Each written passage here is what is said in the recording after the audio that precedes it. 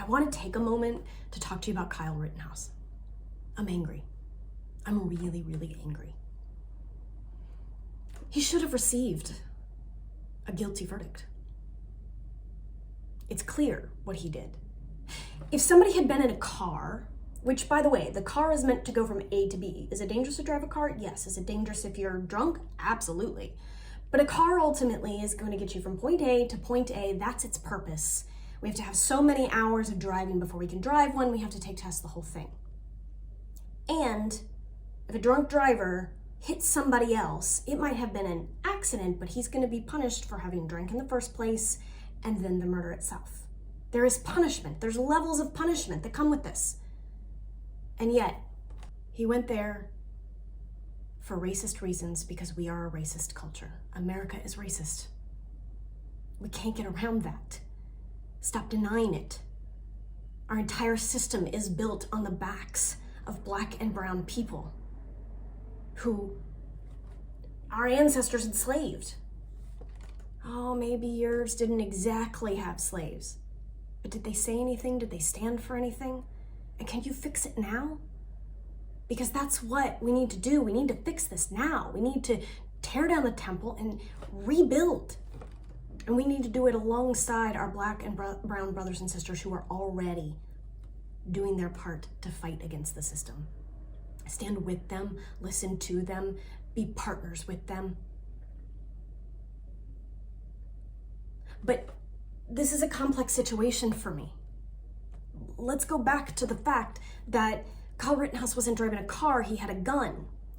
And that there are less requirements to get a gun than there is a car, and a gun actually only has one purpose: to destroy whatever it shoots. Now, whether that's a tin can, a glass you throw up in the air, a target practice, an animal that you're hunting, and I don't have anything against hunting, but nobody needs an automatic or a semi-automatic weapon to do that.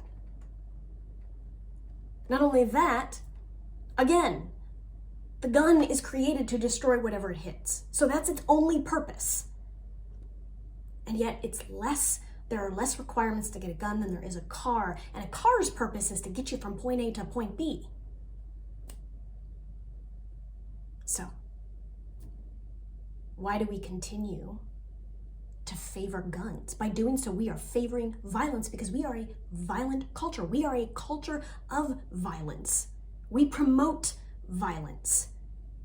And we promote violence when we let Kyle Rittenhouse off for murdering people, regardless of his reason. And he wasn't judged by a jury of his peers. His peers would have been maybe 18 to 25-year-olds from diverse backgrounds. That might have been a more appropriate jury, but that's not exactly what we see in the courtroom. And we also see a lot of white people in that courtroom. And it's not okay. But this is more than that. This is even bigger than that. I have met teens his age in other countries who know their way around M16s and AK-47s. And you know what they're a product of? They're child soldiers to groups like Daesh, Al-Qaeda, and other militias that run around in various countries. We think because we are a white-controlled culture that we don't have that. We're more civilized. Bullshit, we're worse. Because we gaslight and we do it under the surface. Kyle Rittenhouse is the product of white warlords. I know that's not a term you want to hear or that's comfortable to hear, but I'm going to say it. He's the product of white violence culture. Warlords with pretty names and big money. Fueled through the NRA, through Lockheed Martin, through Raytheon. Even the messages that lure young kids into the military. And then they come home completely mind-fucked and we don't take care of our veterans. Not enough. They're given a place to kill. Their anger is in destruction. I wonder if Rittenhouse is going to be recruited, be given an outlet for his anger or something in the military. How that's going to play out. Let's watch. The message he definitely got was that it's okay to kill people as long as you get the right lawyer, and you have the right skin color, and the right narrative. Not a real narrative, but a narrative that suits him and his tribe. The wars we talk about on the news aren't over there. They're in America, they're in the West. And Rittenhouse is absolutely a product of that.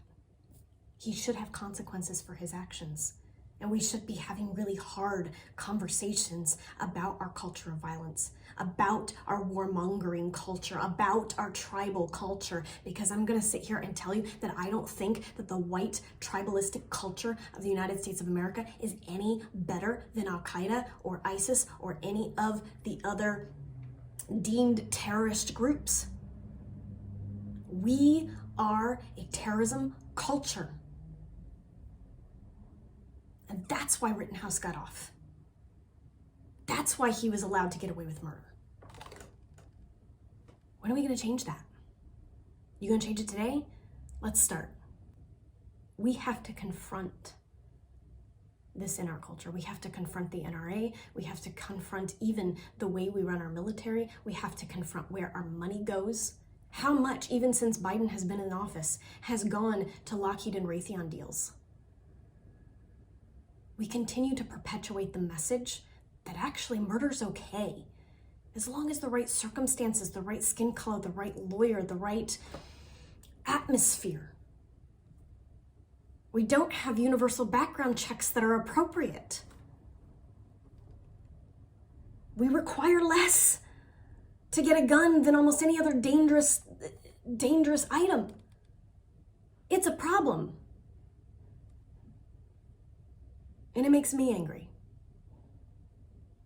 It's something that I've written about before when I wrote my book After Iraq, because I just saw too many of these teenagers, and I realized that back in America, it's not a war over there. It's not way over there. It's not an issue where it's something that happens that we don't relate to. We're not pristine and clean and all of that because we're white. We're not.